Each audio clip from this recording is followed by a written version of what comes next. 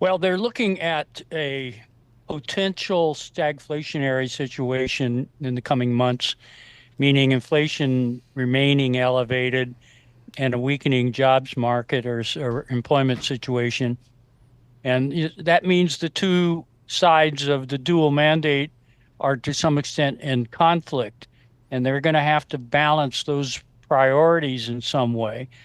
I'm certainly of the school that they'll probably cut by 25 basis points at this meeting, but I'm not sure that they will signal what's going to happen in the future much because they still have the inflation issue to deal with. That story is not over.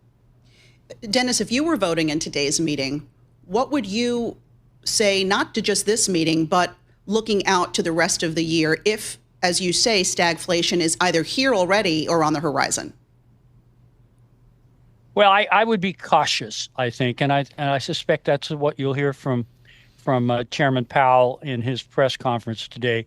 Cautious about further moves. It's not to rule out further moves later in the year, and certainly the dots will give some impression of what individual participants on the committee are thinking.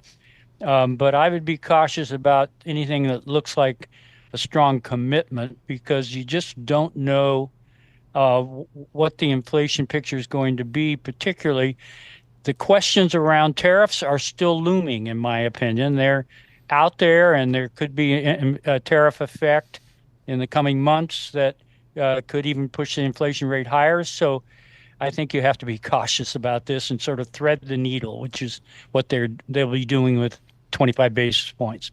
Dennis, a lot of political pressure being exerted on this Fed, perhaps more than what we've seen in recent memory. We didn't even know who was going to be seated for this meeting as recently as 24 or 48 hours ago. Give us a sense, given your experience in the Federal Reserve Bank of Atlanta, how does that play on the individuals and their teams? The sitting governors who've been around for a while, as well as the presidents, are going to do their very best to ignore the political pressure.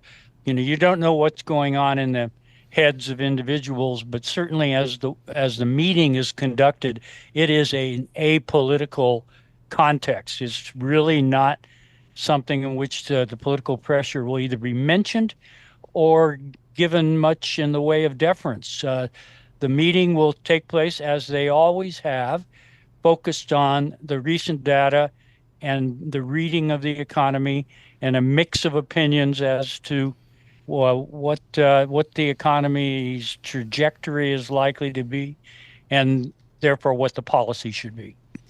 Dennis, I guess another big question at today's meeting is the dissenters. Who dissents, right? Because we had Governors Waller and Bowman dissent last meeting. The first time in decades something like that's happened. Now we have this new Fed board member, Stephen Myron.